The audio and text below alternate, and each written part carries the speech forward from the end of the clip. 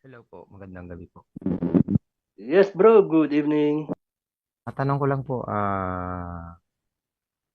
yung anticipated mass, kung nagsimba ako ng anticipated mass, pwede na ba akong hindi magsimba ng Sunday? Yes, pwede po. Anticipated mass naman po yun. Pwede ka na pong hindi makapagsamba for the Sunday dahil nga anticipated po yun. Pero kung gusto mo pang magsimba, mas okay pa po yun. Dagdag kabanalan po yun. Kasi baka nagkasala tayo ng mortal sin kung hindi ako magsimba ng Sunday, kung nagsimba na ako ng Saturday. Kapatid, make it sure na yung sinambahan mo sa Saturday is anticipated talaga ha. Kasi may oras ang anticipated mass. Baka isipin natin na lahat ng misa ng Sabado is anticipated. Hindi po. Intentionally, yung anticipated mass, kailangan yung mass na dadaluhan mo sa Sabado is anticipated talaga. Hindi Kasi, lahat ng misa sa Sabado is anticipated. May specific time. paano po po, Halimbawa sa amin, yes, sa amin dati alas 6:30 ng gabi. Sa amin doon sa Cagayan de Oro, merong anticipated mas dinadaos yun every 6:30. Kaya alamin mo rin sa simbahan kung ano yung anticipated mass nila, anong oras. kada 5:30 po Saturday po siya. Sa inyo, Oo. at least alam mo. Kasi kung baka po bawal na hindi ako magsimba ng Linggo kasi po 'di ba mortal sin kung hindi ako makapagsimba ng Sunday. Pero nagsimba na ako ng Saturday anticipated mass. Tama, Bro Junray. Yes, go ahead, bro Angel. Yes, okay, ganito po yan. No? Pag Saturday kasi may morning mass, for Saturday lang yon. So may mga hapon din na for Saturday lang, no? So para masigurado tayo, make sure na anticipated niya. Tama po si Bro Junray na tanungin mo, baka for Saturday lang yon. Iba po yung anticipated mass, kapatid. Pag sinabi anticipated mass, yung mismong ebanghelyo doon, yung gospel, at saka yung gospel reading doon, saka mga um, first reading, second reading, yun po ay eksaktong yung dinan para sa Sunday na kinabukasan. So mas maganda po pag yung 5:30 medyo hindi ako sigurado doon, baka hindi anticipated mass yun, baka for Saturday lang po yun. So mas maganda po itanong nyo sa kahit sino doon ng mga doon, kahit sino yung mga naglilingkod doon, mga asheret, mga kung sino man po doon, itanong nyo na rin para sigurado. Ito po ba yung anticipated mass para sa Sunday? Pag sinabi nila, opo, anticipated mass yan, okay na po yun. Na-fulfilled na natin ang Sunday obligation natin.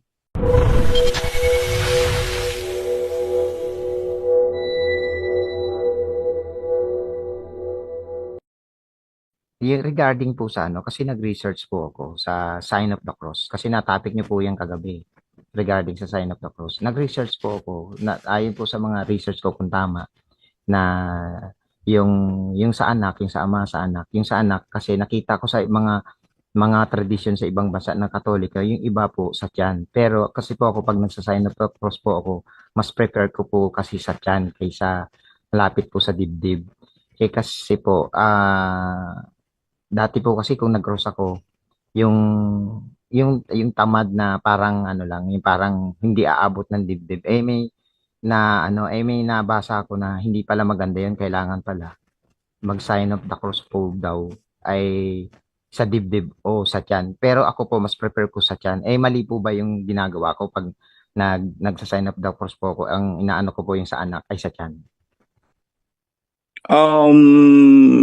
Well, wala naman pong sinasabi na exact kung saan talaga, no, pero of course sa maturo na simbahan na kaya nga pag binasa mo yung awit ng mga awit ng chapter 8 verse 6, no, itinatatak, no, yun po yung prophecy kay Jesus na itinatatak siya sa puso, which is kahit nga sa bisig itinatatak siya, na yung sa puso nga ay nasa dibdib yun, no. Dibdib po talaga ang natin ng turo ng simbahan, no. Pagdating naman doon sa pahayag 14:1, yung naman yung sa noo naman, no, at yung bisig din yung Espiritu Santo. But Siyempre hindi, wala naman pong exact na tinuturo na kung saan exact part, no? Kaya nga kahit yung mga kaparian, minsan hanggang sa tiyan, no? Kasi Apo. hindi mo naman ma-exact talagang dibdib yan. But wala lang pong problema doon, kapatid. That's a gestures naman yan na nasa sa atin naman kung paano mo. Ang importante po, no? Ang importante, ano ba yung sign of the cross? Ang sign of the cross is the shortest prayer, no? So it's still a prayer. So hindi naman strict ang simbahan yan kung napunta man sa dibdib yan, kung napunta man sa tiyan, o minsan nga, di ba, kukross ka lang na liit, di ba, yung mga nagmamadali. So, wala naman po turo ng simbahan kung bawal hanggang sa tiyan, wala naman po. So, as much as possible lang sa dibdib po. Because yun ay nakaano doon sa puso. Sabi ng awit ng mga awit, itatatak siya sa puso ng tao. So, isa yun sa mga turo ng simbahan po, no? So, wala naman po masyadong ano doon. Big deal doon, kapatid. Minsan napupunta sa tiyan. Kahit ang makaparian naman eh. Opo, wala naman po masyadong big deal yun, kapatid. Sige po, salamat po. Bro Angel? God bless po. Yes, bro Jun. Yes, dito sa katikisim ni Bishop Laramuro, no? Hinahanap ko pa kung saan. Merong utos, merong turo talaga yung proper gesture ng pagsa-sign of the cross. Yung sinabi ni Bro Angel na sa puso, yun talaga, no? According sa Bible. Na yun nga sabi ni Bro Angel, itatak ang Panginoong Jesucristo sa puso. Dito sa, ito may Catholic faith dito, may guide dito kung paano ang tamang pagsa-sign of the cross. Ganun talaga. Ulo, puso, tapos balikat, no? Dahil biblically, ilagay ang ama kasi itatatak sa puso, ang anak itatatak sa puso, ang ama itatatak sa isip, ang anak itatatak sa puso, habang ang Espiritu Santo naman ang sa balikat. Dahil siya yung lakas natin, kapatid. Ayon yan dito, sa may Catholic faith na libro. Meron tayong turo. Yan. Pero okay lang po kung halimbawa nagkamali po ako sa tiyan po o malapit po sa sikmura. Okay lang po. Yes, yun. okay lang naman yan kasi wala namang restriction na simbahan, no? Pero kung sa baga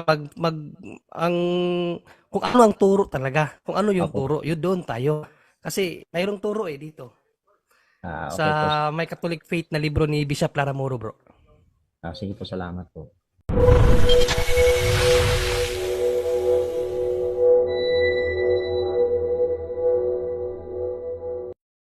May nagtanong dito, nagpatanong kasi hindi raw siya makapasok.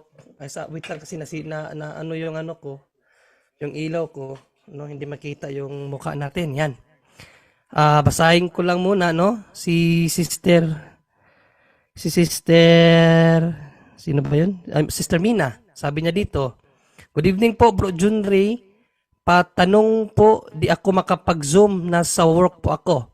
Question, paano magpatawad ng sarili sa kasalanang nagawa? So, ang question niya, paano magpatawad sa sarili sa kasalanang nagawa? Kahit na-confess na sa priest, feeling pa rin ng tao, di siya afraid sa nagawang kasalanan. Ayun, so feeling pa rin niya, kahit na-confessal niya, parang hindi pa rin siya nakalaya. At paano magpatawad ng taong di nahingi ng sorry? Yun lang, sa mga nagawa sa'yo. Thanks po in advance. So, ang tanungan tatlo. Paano magpatawad sa sarili? Sa kasalanang nagawa? Pangalawa, kahit na na-confess, feeling pa rin niya, kahit na-confess na niya, parang hindi pa rin siya nakawala, no, doon sa kasalanang nagawa. Tapos ang pangatlo, paano patawarin ang taong di nagingi ng sorry sa mga nagawa sa iyo? Yun, bro, Christian, ang katanungan. Yes, so doon muna ako sa ano niya bro, tanong na paano daw mapatawad yung sarili niya. So, unang-una sa lahat sis, kung tayo nakapag-confess na sa pare, tapos binigyan tayo ng absolution, wag na ho tayo magdadalawang isip pa na pinatawad na ho tayo ng Panginoon through absolution. Kasi pag binigyan tayo ng absolution ng pare, automatically na yun, binigyan din tayo ng absolution ng Panginoon. Mababasa natin yan sa Mateo 16:19, bro Romel? Or Bro Jundre? May ano ka dyan, Bro Jundre? Yes, bro. Bro, Christian. Anong talata yun, bro? Mateo 16:19, bro. Matthew 16:19. Matthew 16:19. Ito po ang ating mababasa, mga minamahal kong kapatid, no? Ibigay ko sa iyo ang kapangyarihan sa kaharian ng Diyos, anuman ang ipagbawal mo sa lupa at ipagbawal din sa langit, ay ipagbabawal din, anuman ang ipagbawal mo sa lupa ay ipagbabawal sa langit, at anuman ang ipahintulot mo sa lupa ay ipahihintulot din sa langit. Yes, so yun, napakagandang talata na nabasa natin na kung ano man ang pinaghihintulot o ano man ang pinagbabawal dito sa lupa at pinahintulot din sa langit. Sinabi niya yun kay Pedro at alam naman natin sa ating pananampalataya na si Peter is our first pope and yung mga nag-delegate si Pope si Pedro ng mga tao niya which is yung mga pare. So, yun nga, na gaya ng sabi ko kanina, kung pinatawad na tayo sa absolution, huwag mo nang anuhin yung sarili natin kasi unang-una, napatawad na po tayo ng Panginoon. Bro John Ray? Yes, bro Christian, I guess yun yung sagot sa pangalawa, bro. Pero yung unang sagot, tanong, paano magpatawad sa kasalanang nagawa? Sorry. Medyo na ano kasi ako. Anyway, sige bro John Ray, yun yung sagot ko bro John Ray. Yes, bro, yun yung sagot mo sa pangalawa. Yung una kasi yung una, ang pangalawa niyang sagot kung paano, parang hindi pa rin siya napalaya kahit nag-confess na. So, tama yung sagot mo. Yung unang sagot, tanong niya, bro, paano patawarin ang sarili sa kasalanang nagawa? Paano daw niya patatawarin ang kanyang sarili? Paano magpatawad ng sarili sa kasalanang nagawa?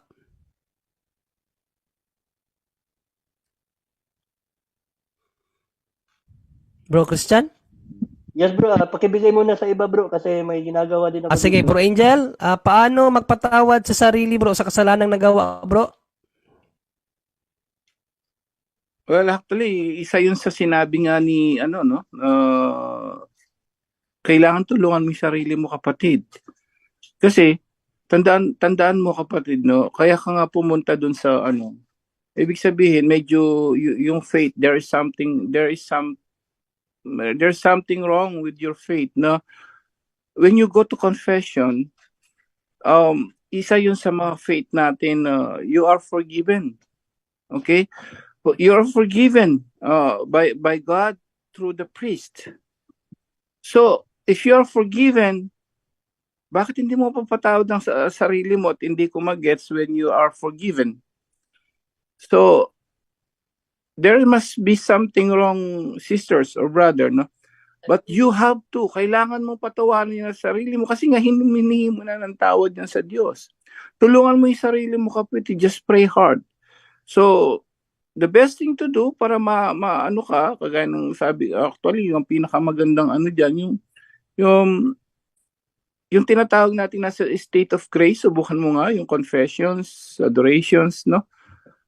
Eucharist, and then, yung iba, naglilingkod sa Diyos at yung sa pamamagitan ng punto por punto, Bible study. Pagka ikaw ay nasa presensya lagi ng ating Panginoon, gagaan ang pakiramdam mo, kapatid. So, siguro, ang nagiging nakikita natin dyan, you ask forgiveness, pero mabigat ang kalooban mo. Why? Usually, nangyayari sa mga tao kasi yung sinasabi ko na pag kulang pa tayo sa prayer, kulang ka sa Bible study, kulang ka ng Word of God. Kasi ang salita mismo kasi ng Diyos, very powerful yan. Napaka-powerful na salita ng Diyos. Kapag ikaw ay lagi kang nakatuon doon, nag-prayer ka, yun nga, no? Yung nga kanina, napakaganda ni ginagawa niya. Nagsisimba siya araw-araw.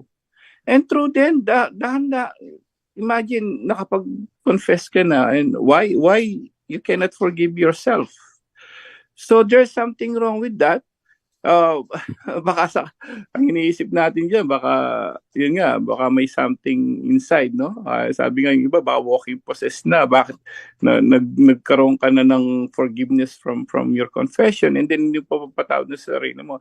So something wrong, but something's wrong. Pero much better, kapatid, no? Kung sino man ang tanong, kung nakikinig ka ngayon, make sure, pag nag-confess ka, i-confess mo uli yan, itanong mo kay Father kung bakit hindi mo patawad sa sarili mo, which is, pinatawag ka na ng help yourself. Isa lang sasabihin din ni Father sa'yo, tulungan mo yung sarili mo, patawarin sarili mo, pinatawad ka na nga ng Diyos eh.